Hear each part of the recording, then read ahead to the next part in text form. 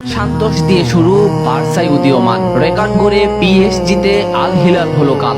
ঘরের ছেলে ঘরে ফিরেই কি শেষ করবে ক্যারিয়ার? এভাবেই কি শেষ হয়ে যাবে নেইমার? নেইমার কি এভাবে শেষ হওয়ার পাত্র? ফুটবলে নতুন মাত্রা সৃষ্টি করতে জন্ম হয়েছিল নেইমারের। ছোট্ট নেইমার হাঁটা শেখার আগেই যেন ফুটবলে লাথি মারতে শিখে গিয়েছিলেন। নেইমারের বাবার স্বপ্ন ছিল ফুটবলার হবেন, কিন্তু সংসারের অভাবের কারণে তা আর হয়ে ওঠেনি। তাই তো ছেলেকে দিয়েই পূরণ করতে চেয়েছিলেন স্বপ্ন। ফুটবলই ছিল নেইমারের জীবনের সব। পাড়ার অলিতে গলিতে খেলতে খেলতে ক্লাব সান্তোসের নজরে পড়ে যান তিনি। এরপর ব্রাজিলিয়ান এই ক্লাবে করেন একের পর এক রেকর্ড। বার্সা, পিএসজি, আল হিলালে নেইমারের খেলা উপভোগ করেছেন অনেকেই, কিন্তু সান্তোসে থাকতে নেইমারের যে পারফরমেন্স ছিল তা হয়তো দেখা হয়নি আপনাদের। চলুন একটু চোখ বুলিয়ে আসি নেইমারের শুরুর জীবনটাতে। কতটা দুরন্তর সাথে শুরু করেছিলেন নেইমার, চলুন দেখি। সান্তোসে নেইমারের দুরন্ত স্কিল, ক্ষিপ্রতা আর ড্রিবলিং দেখে শুধু মুগ্ধই হবেন না, নেইমারের প্রতি অবাক হয়ে তাকিয়ে থাকবেন। চোখ খুলে নেইমারের এই স্কিলটা দেখুন। নেইমারের বয়স মাত্র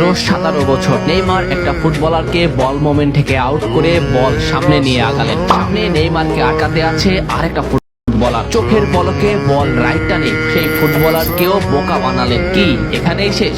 এটা নেইমার, তার শেষ হওয়ার গল্প অনেক দূরে। বল নিয়ে আগালেন নেইমার গোলের দিকে। নেইমারকে আটকিয়েছে বিপক্ষ দলের আরেকটি খেলোয়াড়। নেইমার বল নিয়ে আগালেন। সামনে নেইমারের আরেক সতীর্থ, কিন্তু নেইমার তাকে বল পাস দিলেন না। গোলের সামনে এসে শর্ট মোমেন্ট নিলেন, কিন্তু নেইমার শট করলেন না। এরপর বা পা দিয়ে এক অসাধারণ শট নিলেন। এমন শটে গোলকির অবাক হয়ে তাকিয়ে থাকা ছাড়া আর কিছুই করার ছিল না। বয়স মাত্র 17, নেইমারের স্কিলের পজিশন এমন ছিল। নেইমারের কাছে প্রতিপক্ষের ডিফেন্ডাররা ছিল উড়োতাস, যেন ফু দিয়ে দিয়ে ভাঙন ধরাতেন প্রতিপক্ষের ডিফেন্স লাইন আপে। ফুটবলটাকে এভাবেই শুরু করেছিলেন নেইমার। অনেক ভিডিওতে আমি বলেছি নেইমারের পায়ে জাদু আছে, কিন্তু কখনো প্রমাণ দেয়নি। আপনি কি প্রমাণ দেখতে চান? চলুন একটা ছোটখাটো প্রমাণ দেওয়া যাক। মাঠের থার্ড লাইনে নেইমারের পায়ে বল আটকাতে প্রতিপক্ষের একটি খেলোয়াড়। নেইমার বল হিল করে প্রতিপক্ষের দুটি খেলোয়াড়ের মাঝখান দিয়ে বল নিয়ে বেরোলেন। এখনো নেইমারকে ঘিরে আছে প্রতিপক্ষের দুটি খেলোয়াড়। নেইমার রাইট টানে দুটো প্রতিপক্ষের মাঝখান দিয়ে তার এক সতীর্থকে পাস দিলেন। এখানে লক্ষ্য করুন, নেইমার বল পাস করে সে রানিং এ আছে,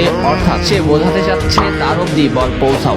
তাই করলো। এই পজিশনটা লক্ষ্য করুন। নেইমারকে ঘিরে আছে প্রতিপক্ষের 5টি খেলোয়াড়। নেইমার বল নিয়ে আগালেন। এত ফুটবলারের ভিতরেও কি সে একা গোল করতে পারবে? চলুন দেখি। নেইমার বল নিয়ে আগালেন। এই পজিশনটা লক্ষ্য করুন এবং অবাক হওয়ার জন্য প্রস্তুতি নিন। আপনার ভাবনার আগেই নেইমার এখান থেকে বল ড্রিবলিং করলেন। ডিফেন্ডারের হাতের দিকে লক্ষ্য করুন, সে নেইমারের কাছে সারেন্ডার করেছে। এই পজিশনে নেইমারের পায়ে যদি বল থাকে তাহলে সেটা না দেখেও বিশ্বাস করতে পারেন এটা গোল হবে, এবং শেষমেশ তাই ঘটে গেল। এমন স্কিল হয়তো কোনো জাদুকরের পক্ষেই সম্ভব। এতগুলো ডিফেন্ডারকে পার করে এত সফল স্কিল করে বল গোল পর্যন্ত পৌঁছানো সত্যি জাদুর বিষয়। নেইমার কি আসলে জাদু জানে? কমেন্ট করে জানান। ও আরেকটা বিষয়, আপনারা ভিডিও দেখছেন কিন্তু সাবস্ক্রাইব করছেন না। ভিডিওতে লাইক কমেন্ট না করলে কিভাবে বুঝবো আপনারা নেইমার ফ্যান? সান্তোসে প্রথম ম্যাচ 7 নম্বর জার্সি পরে নামলো একটা হ্যাংলা পাতলা ছেলে। কে জানতো তার গভীরতা? এই পজিশনে নেইমারের সামনে প্রতিপক্ষের দুটি খেলোয়াড়। নেইমার প্রথম ডিফেন্ডারকে বল মোমেন্ট থেকে আউট করলেন। সামনে প্রতিপক্ষের দ্বিতীয় ডিফেন্ডার, কিন্তু দ্বিতীয় ডিফেন্ডার জানতো না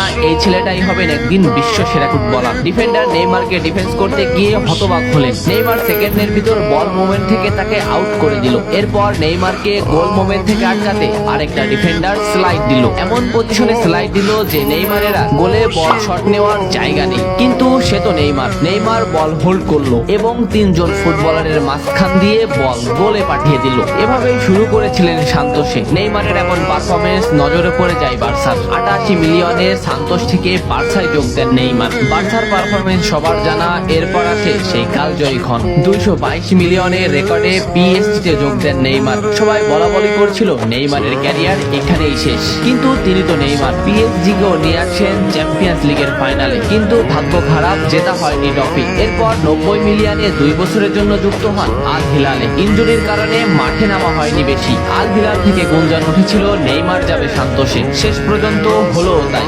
ঘরের ছেলে ফিরল ঘরে। তবে প্রশ্ন উঠতে পারে, নেইমারের ক্যারিয়ার কি এখানেই শেষ? কথা হচ্ছে যেখানে নেইমারকে নিয়ে তখন বিষয়টা অন্যরকম। নেইমার সবসময় শেষ থেকেই শুরু করে, অন্ধকার থেকেই আলোয় আসে, বারবার চলে গিয়েও ফিরে আসে। নেইমার এমনই, নেইমার শেষ হওয়ার না। 26 বিশ্বকাপে নেইমারকে দেখা যাবে এটা এখনো নিশ্চিত। তবে প্রশ্ন উঠতে পারে, এত স্কিল এত পারফরমেন্স নিয়ে নেইমার কেন মুকুটহীন? তার উত্তর আপনিও জানেন, আমিও জানি, কারণটা ইনজুরি। এত ফুটবলার থাকতে নেইমারই কেন বারবার ইনজুরিতে পড়ে? কেন নেইমার ইনজুরি থেকে রেহাই পায় না? আপনি কি জানতে চান? নেক্সট ভিডিওতে আমরা দেখব কেন নেইমার এত ইনজুরি হয়, কেন নেইমারকেই বারবার ইনজুরির স্বাদ পেতে হয়। কে কে এই ভিডিওটা দেখতে চান কমেন্ট করে জানান। এত সময় সাথে থাকার জন্য ধন্যবাদ। নেক্সট ভিডিও আসছে খুব তাড়াতাড়ি।